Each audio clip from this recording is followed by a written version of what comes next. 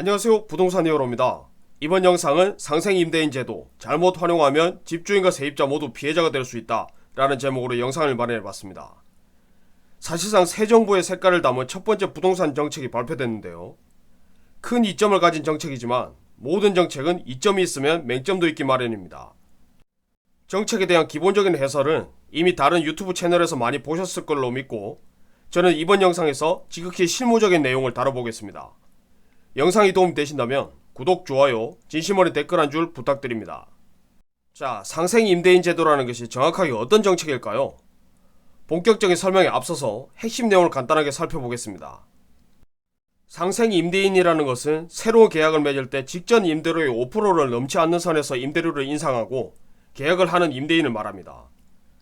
그리고 인상을 하지 않고 같은 조건으로 계약을 하거나 오히려 임대료를 깎아서 계약을 해도 당연히 해당이 됩니다. 그런데 여기서 중요한 것은 직전 계약의 기준인데요. 이전에 체결했던 계약이라고 해서 전부 직전 계약이 되는 것은 아니고요.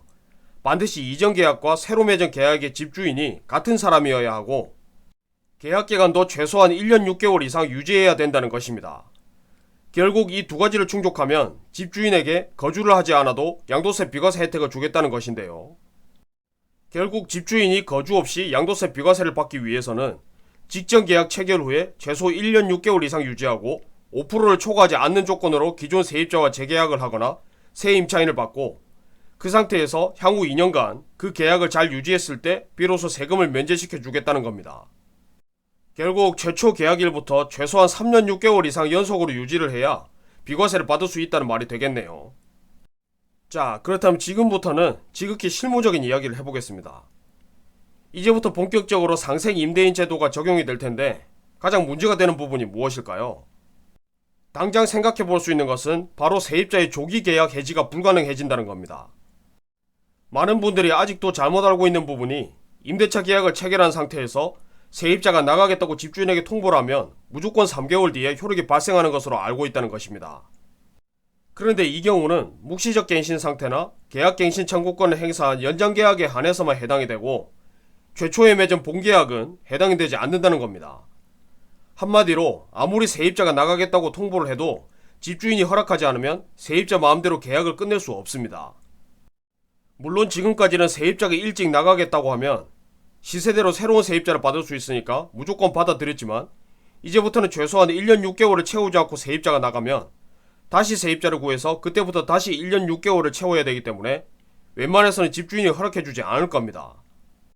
그렇다면 세입자가 조기 계약 해지를 하는 가장 빈번한 경우는 어떤 경우일까요? 화면에 보시는 것처럼 최초 2년 계약을 체결한 집이 있다고 가정해 보겠습니다. 그런데 사람이 살다 보면 발령을 받아서 지방이나 해외로 이주할 수도 있고, 이직을 하면서 먼 곳으로 이사를 가야 할 수도 있습니다. 그리고 청약에 당첨돼서 입주를 해야 할 수도 있죠. 그 외에도 중도해지 사유는 얼마든지 발생할 수 있습니다. 결국 원하지 않는 임대주택을 하나 더 구하거나 불필요한 이사 비용이 2중 3중으로 나가는 문제도 있을 겁니다.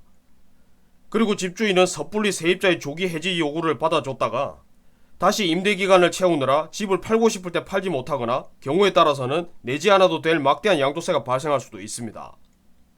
그리고 표면적으로는 다주택자도 상생임대인 제도를 활용해서 얼마든지 거주하지 않은 주택에 대한 양도세를 비과세 받을 수 있는 길이 있지만, 사실상 큰 의미는 없습니다.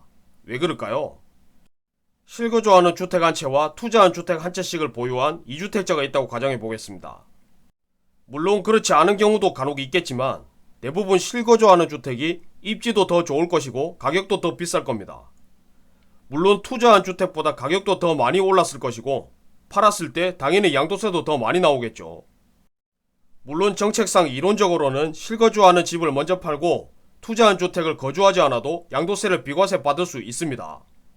그런데 상황이 이렇다면 바보가 아닌 이상 차라리 투자한 주택에 대한 세금을 내고 말지, 투자한 주택 비과세 받겠다고 실거주하던 주택을 팔려는 사람이 있을까요?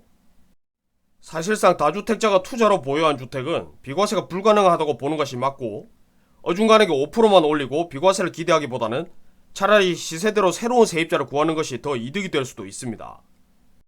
이번 영상 내용을 한 문장으로 요약하면, 상생임대인 제도는 세입자의 보증금 부담을 잠깐 줄이는 효과를 볼 수는 있지만, 세입자의 기회가 줄어드는 부작용도 있음을 명심하자 정도로 요약할 수 있겠습니다. 각자의 주택 소유 형태에 따라서 입장이 다를 것이라 생각이 듭니다. 부디 영상 내용을 잘 참고하셔서 구체적인 전략을 세워보셨으면 좋겠습니다. 감사합니다.